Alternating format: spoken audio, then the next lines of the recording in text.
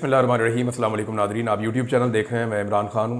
आज अरशद शरीफ शहीद को 2 साल हो गए हमसे बिछड़े हुए, और बहुत सारे सवालात ऐसे हैं जिनके जवाब पाकिस्तानी कौम के पास हैं, लेकिन पाकिस्तानी तहकीकाती इदारे या पाकिस्तानी अदालतें उन मामलात में दिलचस्पी नहीं ले रही और हमें इंसाफ नहीं दे रही। उनकी फैमिली दरबदर है इंसाफ के लिए। हम बार बार तकादा करते हैं, बार बार बात करते हैं। 2 साल गुजर गए, इस एक केस के अंदर इंसाफ नहीं हो सका। यानी पाकिस्तान में जिस भी कत्ल का मामला जो है वो ताकतवर हलकों की तरफ जाता है, उस कत्ल का बनता ही कुछ नहीं है। चाहे वो बेनज़ीर भुट्टो का कत्ल हो, चाहे वो कत्ल हो लियाकत अली खान का, कुछ लोग कहते हैं कायदे आज़म का भी कत्ल हुआ था, और बहुत सारे कत्ल हैं पाकिस्तान की तारीखों में। अब आप इमरान खान साहब पे गोलियां चलने का मामला ले लें, कातलाना हमला था, वो भी मंतकी अंजाम तक नहीं पहुंच रहा। इमरान खान साहब की FIR भी नहीं हुई, और शहीद अरशद शरीफ के मामले में भी बात वहीं खड़ी है। ये मामला अकेले अरशद शरीफ का नहीं है, देखिए उनका पूरा खानदान सफ़र कर रहा है, और जितने पाकिस्तान में सहाफ़ी हैं ये उनके ऊपर एक तरह का अटैक है, जो भी इंडिपेंडेंटली बात करना चाहता है। अब कुछ सवालात ऐसे हैं जिनके जवाब हम लोगों के पास तो हैं, लेकिन रियासत वो सवाल ही नहीं सुनना चाहती। मिसाल के तौर पे अरशद शरीफ पर मुकदमात किसने करवाए? सेम टाइम में हो रहे थे ना, सारे सहाफ़ियों पे हो रहे थे, सारे तो नहीं, हम 4-5 सहाफ़ियों पे हो रहे थे। पाकिस्तान में किसने अरशद शरीफ का जीना हराम कर रखा था? शहीद अरशद शरीफ का पीछा क्यों करवाया जा रहा था और कौन लोग करवा रहे थे? अरशद शरीफ को धमकियां कौन लगा रहा था, जिनके बारे में उन्होंने आगाह भी किया? मौक़िफ़ तब्दील करने पर कौन दबाव डाल रहा था कि अरशद शरीफ साहब अपना मौक़िफ़ आप बदल लीजिए? फिर किसकी वजह से शहीद अरशद शरीफ को किन हालात में पाकिस्तान छोड़कर पाकिस्तान से बाहर जाना पड़ा? फिर UAE में किसने उनका जीना हराम कर दिया और उनको वहां से निकलने पर मजबूर किया और वहां से तंग करके निकलवाया? ये वो सवालात हैं जिनके जवाब अगर मिल जाएं तो आइंदा सहाफ़ियों के लिए मुश्किलात नहीं होगी। लेकिन आप देखें कि सिस्टम ने कितनी दीदा दलेरी से डील किया है। अरशद शरीफ की शहादत के मुहर्रिकात को हम ढूंढ रहे थे, लेकिन आज तक पता नहीं चला कि इंसाफ कब होगा और कैसे होगा। 2 चीफ जस्टिस बदल गए, उमर ता बंदयाल साहब वो भी चले गए, अभी जो है काजी फायद ईसा साहब वो भी चले गए। एक नए चीफ जस्टिस आने वाले हैं, याह्या अफरीदी, उनकी कंफर्मेशन हो गई है। तो क्या इंसाफ नहीं मिलेगा? तीसरा चीफ जस्टिस भी इंसाफ नहीं दे सकेगा? हमारी चीफ जस्टिस कोई भी बने, मंसूर दी शाह बने, अब तो याह्या अफरीदी साहब का नाम आ गया है, तो कम से कम इंसाफ तो देना शहीद अरशद शरीफ के मामले में, और इस सिलसिले को आइंदा के लिए रोकें। अब भी जुल्म और जबर हो रहा है। अरशद शरीफ की शहादत के बाद मुझे अगवा किया गया, उसके बाद मेरी बार बार गिरफ्तारियां हुई हैं, कम से कम 6 दफा तो मैं उनकी शहादत के बाद गिरफ्तार हुआ, और यह सिलसिला अभी भी नहीं रुक रहा। फिर मुकदमात किए जा रहे हैं सहाफियों के ऊपर। यहां कहा जाता है सिर्फ वो बंदा ढूंढो जिसने गोली चलाई। देखिए कीनिया की गवर्नमेंट ने कुछ ना कुछ किया है, वहां की अदालतों ने इंसाफ दिया, उन्होंने कहा नहीं जी नहीं, ये एक्सीडेंट नहीं था। पाकिस्तानी हुकूमत साबित करने की कोशिश कर रही थी कि कीनिया में एक एक्सीडेंट हुआ और हादसाती तौर पे अरशद शरीफ शहीद हो गए, लेकिन कीनिया की अदालत कह रही है जी एक्सीडेंट नहीं था। पाकिस्तान की गवर्नमेंट कह रही है नहीं नहीं एक्सीडेंट ही था। कीनिया कह रहा है नहीं एक्सीडेंट नहीं था, बल्कि ये कत्ल है, सफाक कत्ल है। तो इस कत्ल के पीछे जो दस्तानों में छुपे हुए हाथ है ना, वो तलाश किए बगैर पाकिस्तान में सहाफत महफूज नहीं हो सकती। हमें सबको हमेशा याद रहेगा जैसे मरियम नवाज ने शहीद अरशद शरीफ की लाश का जो है उसको सेलिब्रेट किया था। मरियम नवाज ने जानबूझकर वीडियो लगाई थी, जानबूझकर तस्वीर लगाकर ट्वीट किया था, और वो तकलीफ हमारे साथ रहेगी। आज अरशद शरीफ की वालदा, उनकी अहलिया, उनकी दूसरी अहलिया, वो सब इंसाफ के लिए दरबदर है। जो मोहतरमा जवेरिया साहिबा हैं वो तो बहुत जोर लगाती हैं, बहुत कोशिश करती हैं। कीनिया में भी जितना उन्होंने जो वो कर सकती थी उन्होंने वो भी किया, लेकिन इंसाफ नहीं मिल रहा। हत्ता कि उनकी वालदा की दरखास्त के ऊपर अब तक FIR भी नहीं हो सकी। मगर एक बात है कि अरशद शरीफ सिर्फ एक नाम नहीं था किसी इंसान का, वो अब एक मिशन बन गया है। बहुत सारे लोग उसके नक्शे कदम पर चल रहे हैं, तो ये मिशन तो जारी रहेगा, मुज़ामत जारी रहेगी, और जब तक आज़ादी इजहार राय नहीं मिल जाती तब तक ये मुज़ामत चलती रहेगी, और अरशद शरीफ की आवाज़ वो गूंजती रहेगी। एक चीज़ फाइनल होगी नादरीन, और वो सदर पाकिस्तान ने मंजूरी दे दी है याह्या अफरीदी साहब की नए चीफ जस्टिस के तौर पर, और अब वो बाकायदा 26 तारीख को हलफ उठा लेंगे चीफ जस्टिस ऑफ पाकिस्तान का। याह्या अफरीदी साहब ने कुछ अभी पता चला है कि जो ज़रूरी ब्रीफिंग्स हैं और जो ज़रूरी चीज़ें हैं वो लेना शुरू कर दी हैं, यानी उन्होंने दिलचस्पी शो कर दी है कि वो चीफ जस्टिस ऑफ पाकिस्तान के तौर पे हलफ उठाएंगे। वैसे भी हुकूमत ने चीफ जस्टिस उसी को बनाना था जिस बारे में हुकूमत को कंफर्मेशन होती कि इनकी मौजूदगी में हमारे लिए प्रॉब्लम और मसाइल पैदा नहीं होंगे। तो उन्होंने जस्टिस याह्या अफरीदी साहब को चुना। पहले 2 सीनियर चीफ जस्टिस को छोड़कर याह्या अफरीदी साहब को उन्होंने चुना और चुनने के बाद उन्होंने अपना चीफ जस्टिस बनाया। तो आप बजा तौर पे कह सकते हैं कि ये चीफ जस्टिस जो है ये चॉइस है MQM की, पीपल्स पार्टी की और PMLN की। इससे पहले जो चीफ जस्टिस आते थे वो किसी सियासी जमात की चॉइस नहीं होते थे, लेकिन अब जो चीफ जस्टिस आए हैं ये सियासी जमात की चॉइस हैं। बहरहाल चीफ जस्टिस की तकर्री के लिए सदर पाकिस्तान ने मंजूरी दे दी है और अब 26 तारीख को वो हलफ उठाएंगे। और हामिद खान साहब ने यहां पे एक वार्निंग दी है। एक तो उन्होंने बात की कादी फायद ईसा साहब के हवाले से। देखिए, कादी फायद ईसा साहब पाकिस्तान की तारीख के वो वाहिद चीफ जस्टिस हैं जिनकी रिटायरमेंट पे वकला यौम तशक्कुर मनाएंगे। वकला उनकी रिटायरमेंट के ऊपर जश्न मनाएंगे। हामिद खान साहब ने कहा कि जस्टिस याह्या अफरीदी हुकूमती पेशकश को कबूल ना करें और अपनी बारी पर चीफ जस्टिस बने, अपनी इज्जत और नाम को बचाएं। फायद ईसा ने जितना नुकसान अदलिया और आइन को पहुंचाया किसी और ने नहीं पहुंचाया। 25 अक्टूबर को मुल्क भर के वकला फायद ईसा से यौम नजात मनाएंगे। यानी ऐसे कभी नहीं हुआ, बहुत अजीब अजीब चीफ जस्टिस इस मुल्क में आए और अपनी मुद्दत मुलाजमत पूरी करके चले गए। लेकिन आप ये देखें कि फायद ईसा साहब के जाने पे लोग यौम नजात मना रहे हैं। जैसे जनरल बाजवा जब रिटायर हुए तो पाकिस्तानियों ने बड़ी खुशी मनाई थी कि यार जनरल बाजवा ने जिस किस्म की एक पाकिस्तान के अंदर हुकूमत तब्दील करवाई, अब तो सारा कुछ पता है। जनरल बाजवा साहब खुद लोगों को फोन करके बताते हैं मैंने ये किया ये किया ये किया।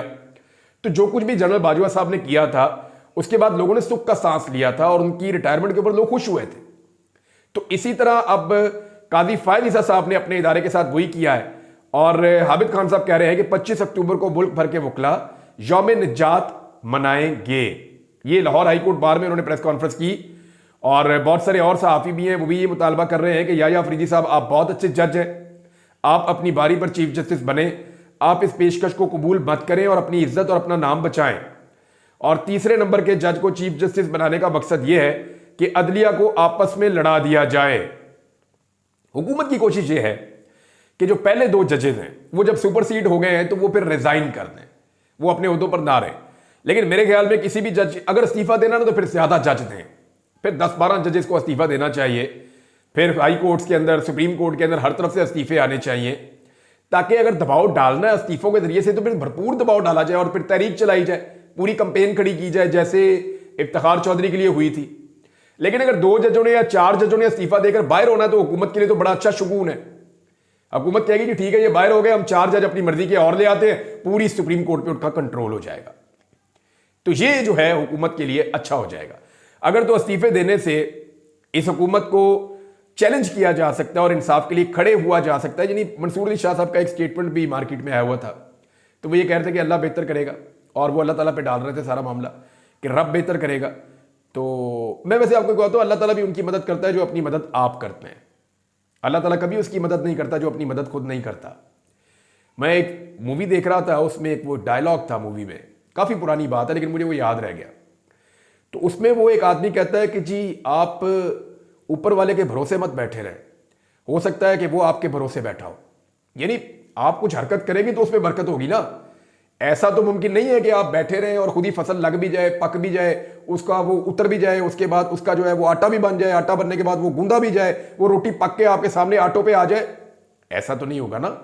आपको तकोदो करनी पड़ेगी, आपको मुश्किलात में से गुजरना पड़ेगा। तो अगर आप इसके लिए तैयार हैं तो एक तहरीक खड़ी हो सकती है। अदरवाइज फिर मेरे ख्याल में जजेस को अदालत के अंदर रहना चाहिए और अदालत के अंदर रहकर जो है वो टाइम गुजारना चाहिए और इंसाफ के लिए काम करना चाहिए। हामिद खान साहब ने कहा कि कादी फायद ईसा ने जितना नुकसान अदलिया और आइन को पहुंचाया शायद ही किसी और ने पहुंचाया हो और वकला इसके ऊपर अब एक तहरीक चलाएंगे और वकला सड़कों पे आएंगे और इसका गंद भी वकला पर डाला जाएगा। यानी वो ये कह रहे हैं कि 26वीं आईनी तरमीम पास हुई, इसके पीछे कादी फायद ईसा साहब हैं और पाकिस्तान की तारीख में ऐसा कभी नहीं हुआ। ये चाहते हैं वकला सड़कों पे आए और इसका गंद भी वकला पे डाला जाए। अब कभी कहते हैं तहरीक चलाएंगे, कभी कुछ और कहते हैं। वकला कंफ्यूज है। मैंने आपको कल भी बताया था कि पाकिस्तान में तहरीक जब भी चली है वकला की, वो उसके पीछे बहुत बड़ी दौलत इन्वॉल्व होती है, या तो पैसा बहुत होता है और उसके साथ एस्टेब्लिशमेंट की मदद भी होती है। मैं बिल्कुल वकला की तौहीन नहीं कर रहा, बड़े खलूसे नीयत के साथ वकला ने मार भी खाई, तहरीकें भी चलाई, जेलें भी काटी, बड़ी तकालीफ बर्दाश्त की, लेकिन यह बात सच है कि तहरीक के पीछे पैसा भी होता है और एस्टेब्लिशमेंट की मदद भी होती है। इन दोनों चीजों के बगैर तहरीक चलाने का यह पहला मौका है। अब अगर वकला चला लेते हैं तहरीक तो एक सिचुएशन नई बन जाएगी। बुशरा बीबी साहबा के हवाले से खबर है, खबर मैं आपके साथ पहले शेयर कर देता हूं। बुशरा बीबी की जमानत हो गई है, जो वाहिद केस उनके ऊपर बच गया था, और ऐसी सूरत में उन्हें रिहा हो जाना चाहिए। यानी इस्लामाबाद हाई कोर्ट ने बुशरा बीबी की तोशाखाना 2 केस में जमानत की दरखास्त मंजूर कर ली है। जस्टिस मियां गुल हसन औरंगजेब ने उनकी जमानत पे समाअत की थी और जमानत उन्होंने मंजूर कर ली है, और मुख्तसर फैसला देते हुए उन्होंने कहा जी कि इनके मुचलके जमा करवा के इनको आजाद करवा लें। ये जनाब जज साहब ने हुक्म दिया। उसके बाद पाकिस्तान तहरीक इंसाफ जो है वो दौड़ी दौड़ी गई और जाकर उन्होंने कहा जी अब हम जमानत के मुचलके जमा करवाते हैं, दस्तखत करवा के जज से, तो बुशरा बीबी साहबा को घर लेकर जाते हैं। इमरान खान साहब की वो एहलियां हैं, बड़े लंबे अरसे से वो इसी बात की सजा काट रही हैं, जिसका इमरान खान साहब को बड़ा रंज भी है। अब हुआ यह कि जुडिशल कम्प्लेक्स से खड़ी हुई खदीजा सिद्दीकी साहबा ने यह बताया उसी वक्त कि जनाब ये तो पहली दफा ऐसा हुआ पाकिस्तान की तारीख में, पूरी अदालत ही खाली है, ना यहां पे मेन जज है, ना यहां पे ड्यूटी जज है, ना यहां पे एडमिन जज है।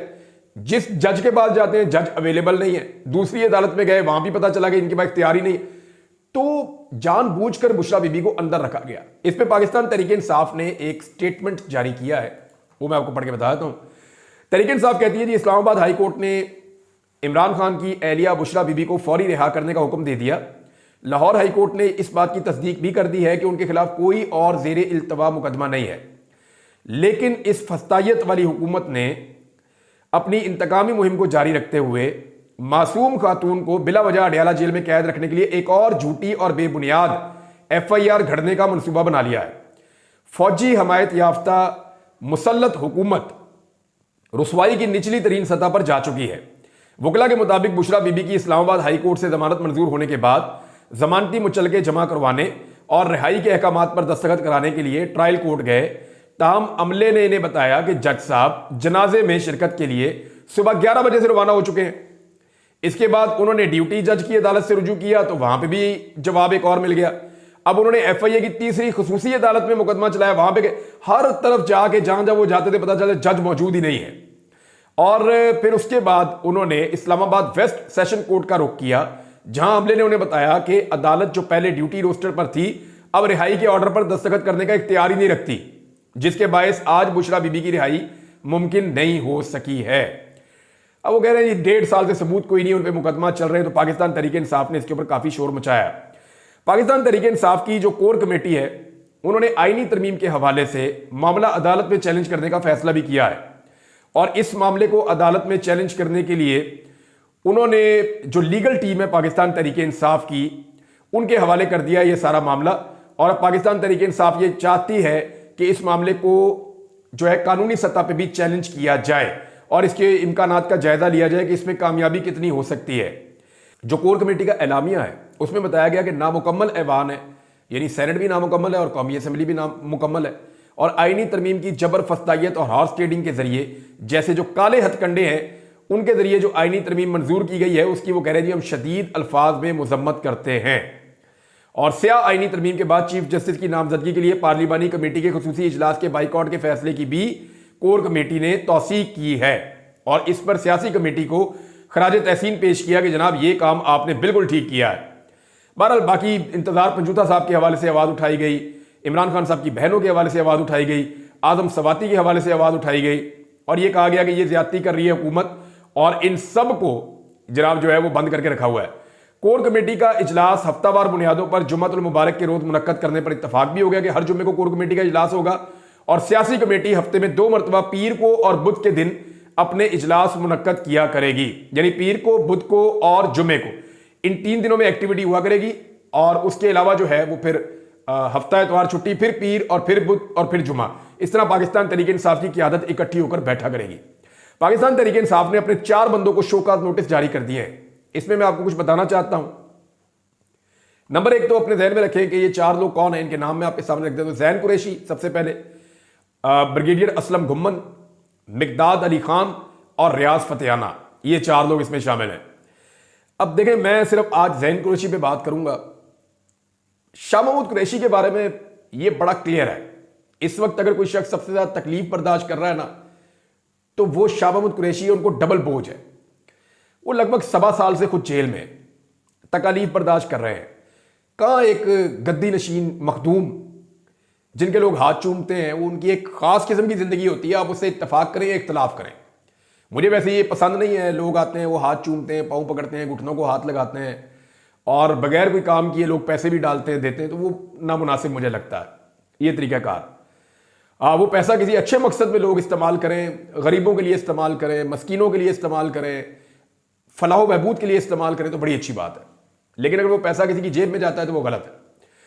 अब ये जो है वो शाह महमूद कुरैशी साहब की ये जिंदगी है, वो 7 साल से कंप्रोमाइज नहीं कर रहे और जेल में पड़े हुए हैं। उनका बेटे के ऊपर ये इल्जाम आया है और बहुत सारे लोग कह रहे हैं कि इल्जाम बिल्कुल दुरुस्त है। अभी तो वो तहकीकात होगी तो पता चलेगा ना कि जनाब ज़ैन कुरैशी ने अपना सौदा कर लिया, या वो डर गया, या कंप्रोमाइज कर गया और उसने हुकूमत के साथ सौदेबाजी करके वहां पे आकर बैठ गया, या दबाव में आकर। तो सबसे आप सिर्फ शाह महमूद कुरैशी के बारे में सोचें कि उनके दिल पर क्या गुजर रही होगी। ये बात सच है या झूठ है? अगर तो ये सच है तो उनकी तकलीफ का आप अंदाजा भी नहीं कर सकते कि एक बाप के लिए ये कितनी तकलीफ की बात है कि वो खुद लंबे अरसे से तकलीफ बर्दाश्त कर रहा है और उसका बेटा खड़ा नहीं हो पाया। और अगर ये झूठ है तो भी शाह महमूद कुरैशी साहब के लिए बड़ी तकलीफ दे चीज है, बड़ी तकलीफ दे चीज है। मुझे इस सारे एपिसोड में अगर सबसे ज्यादा दुख होता है तो वो शाह महमूद कुरैशी साहब की जात को लेकर होता है कि वो बेचारे इस वक्त कैसी ऑकवर्ड सिचुएशन में फंस गए हैं। चौधरी इलियास, मैंने आपको बहुत पहले बताया था, इसने मेरे पे कहा था कि मेरे पे मुकदमा करेगा तो कर दे भैया मुकदमा।